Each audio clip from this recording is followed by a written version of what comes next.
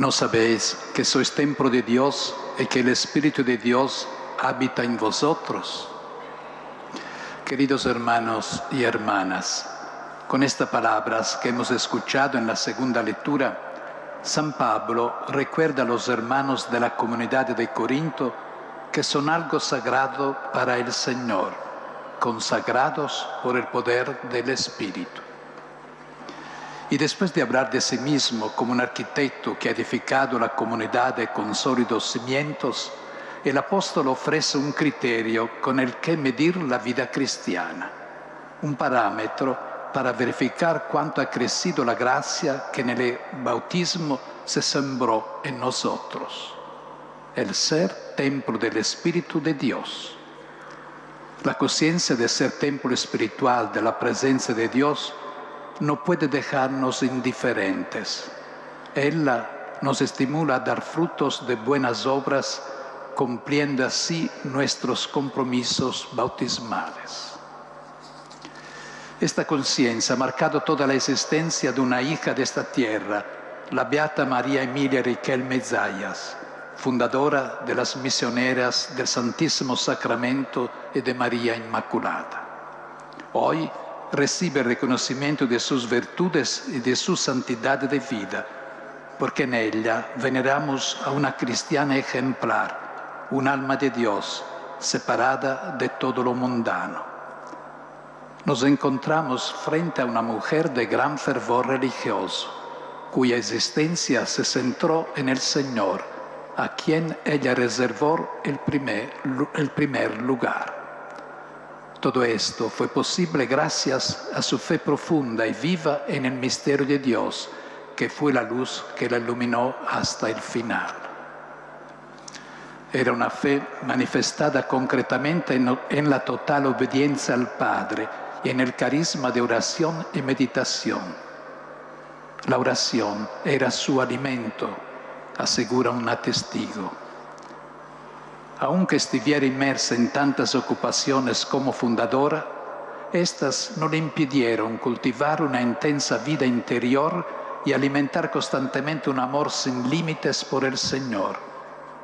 A este respecto le encantaba repetir: Dios es toda mi vida. Su extraordinario amor por Dios lo manifestó sobre todo en la Eucaristía. Donde quiera que fuera, buscaba en primer lugar las iglesias donde tenía lugar la adoración eucarística. La Eucaristía, decía, es el paraíso de la tierra, la adoración mi hora del cielo, mi recreo y descanso espiritual. Ya enferma de edad avanzada, siempre encontró la fuerza para llegar a la iglesia más cercana para asistir a la Santa Misa y recibir la Eucaristía. Esto, después de todo, siempre fue el momento más importante de su jornada. Aquí encontraba la fuerza para seguir viviendo, para esperar y para trabajar. Aquí encontraba ella los únicos y verdaderos consuelos espirituales.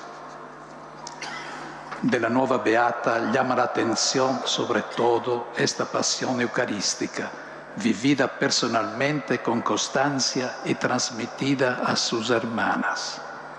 Su vida se presenta como un camino gradual de profundización y de maduración, guiado por la perspectiva eucarística como fuente de una caridad con una clara proyección eclesial y misionera. Nos encontramos frente a una religiosa mística y al mismo tiempo de gran espíritu apostólico, que vivió en la contemplación continua de Cristo, su esposo, y en la oración incesante por la salvación de las almas. Desde gran amor por Jesús, Eucaristía y por la Santísima Virgen, brotaba su espíritu misionero que la llevó a fundar las misioneras del Santísimo Sacramento y de María Inmaculada, para la adoración perpetua y el apostolado comprometido en favor de la educación de la juventud.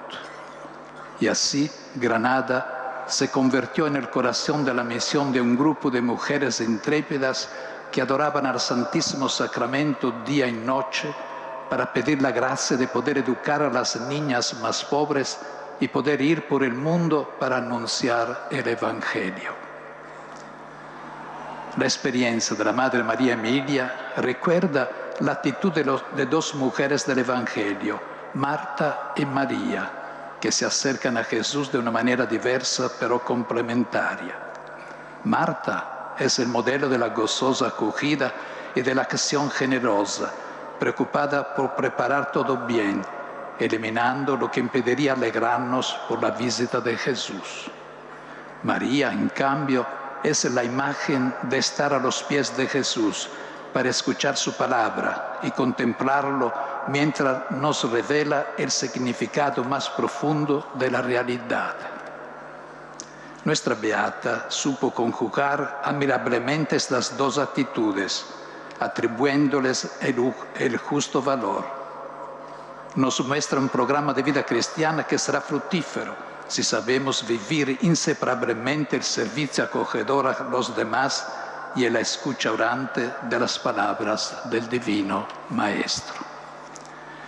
Esta figura de religiosa brilla también como una mujer evangélicamente fuerte, que ha respondido con valentía y con una mirada profética a las urgencias de momentos históricamente difíciles y complejos para difundir con generosidad la semilla evangélica. En el contexto histórico de la España entre el 800 y el 900, la Madre María Emilia supo cómo afrontar todo con plena disponibilidad al proyecto de Dios para ella, sacando constantemente fuerza y luz del encuentro íntimo con la persona de Cristo.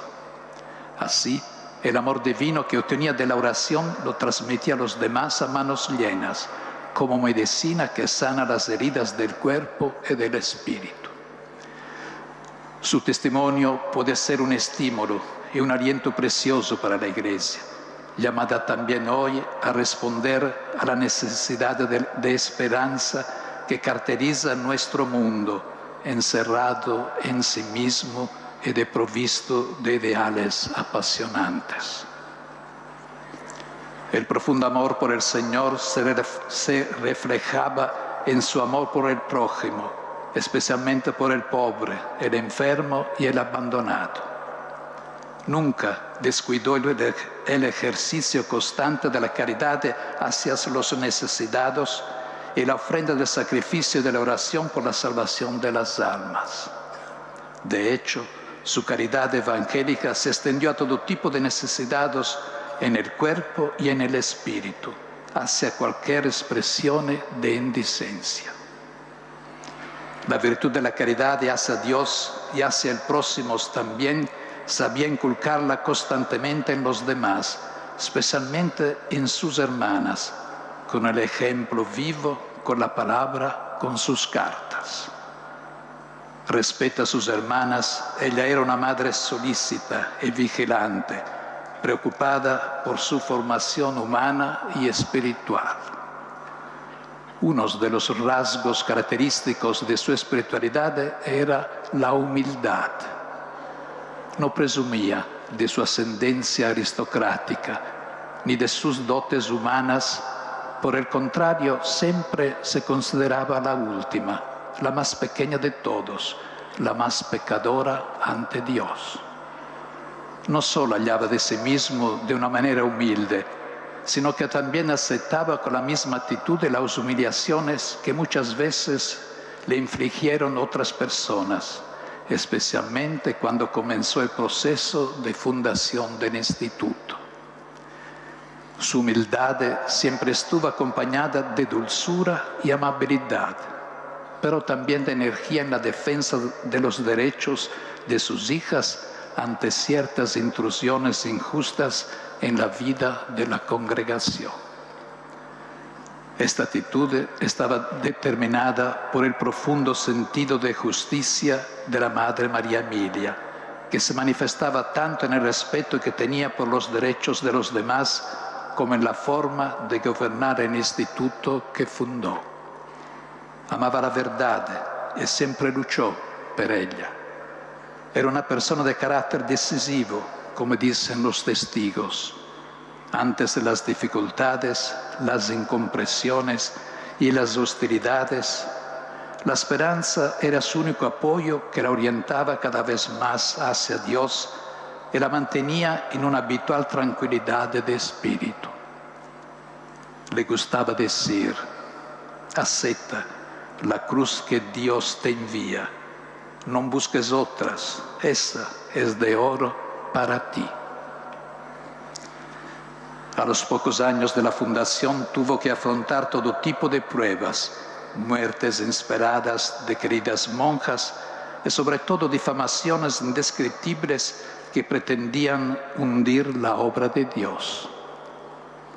A los insultos y a las vergonzosas acusaciones, María Emilia no respondió con palabra, sino que se refugió en la oración, porque en ella pude seguir el impulso divino que me apremiaba, perdiendo mi pobre nada en Dios, que fue siempre mi todo. Qué lección para todos nosotros. Con la beatificación de la Madre María Emilia Riquelme en Zayas, la Iglesia propone hoy a la imitación de los creyentes el ejemplo de una mujer evangélica que recuerda los valores esenciales del ser cristianos y consagrados.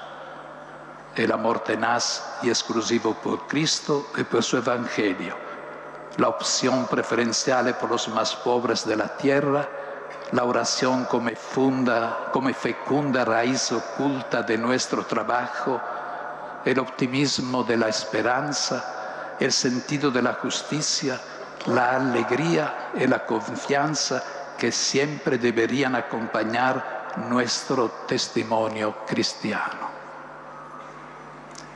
Que la intercesión de la nueva Beata nos ayuda a vivir de esta manera nuestra presencia en el mundo. Apoya especialmente la misión de esta Iglesia Diocesana de Granada y el apostolado de las misioneras del Santísimo Sacramento y de María Inmaculada. Podemos decir: Beata María Emilia, ruega por nosotros.